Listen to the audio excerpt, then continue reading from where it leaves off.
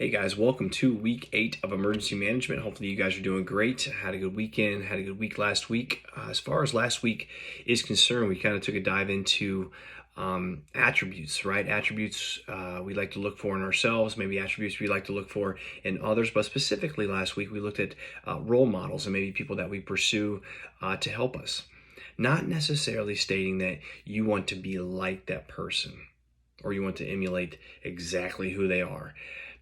I was coming across as maybe people that have attributes and you're like, you know what, that person, I like the way they carry themselves. I want to know what it took for them to get to the point of where they are now. So specifically, just finding someone that maybe you run scenarios by, questions by, looking for life answers, those type of people. A handful of you mentioned family members. Some of you mentioned not having any at all.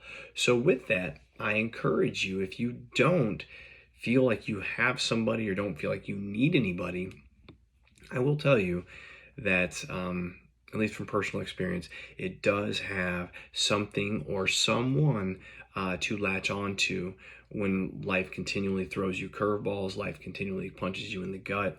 Yes, we can be internally strong, but we are human beings, and typically at a certain point you might find that you have a breaking point. So having someone to lean on or something to lean on is important, at least to me. So just something to think about moving into these upcoming weeks and maybe the future. So excellent job on that.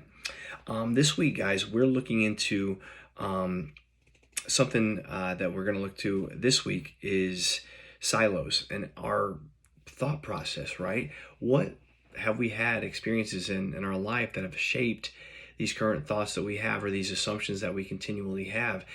And will that get us injured? Will that type of thinking continually harm us or harm other people as emergency management responders?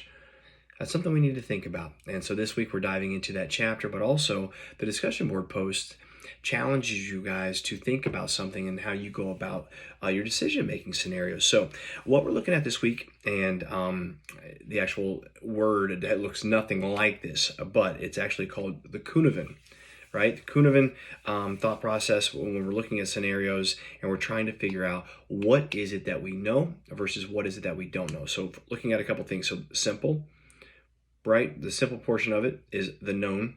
The complicated could be the knowable factors of the decision that we have to make. Complex and chaotic, so the different things we might come across during the process. So a very interesting article that I posted in the discussion board area this week is touching on the missing pieces of NIMS. So obviously knowing NIMS and learning about it, studying it, looking at it and dissecting it and seeing where are the shortfalls, where are the shortcomings that we could improve on. There's a great statement inside of this article, and I wrote it down here. It says, not every incident has a playbook.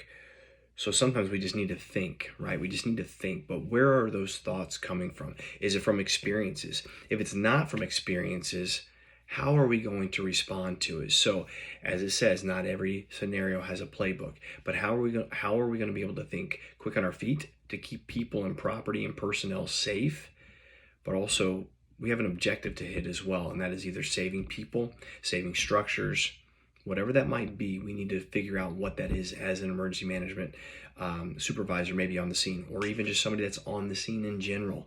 We have to have a way to go through these different scenarios and thought process as far as how we're going to overcome maybe obstacles that we might hit. So this is just another tool for your toolbox to say, you know what, I've never thought of it like that. Let me approach a decision with that context as well. So hopefully you guys get something out of it this week. It's going to be new probably to all of you, and if it's not, please let us know if you've heard of this before, but hopefully you guys take something away from it. If you guys need something from me, let me know. Talk to you guys soon. Stay ready, stay safe, guys. Take care.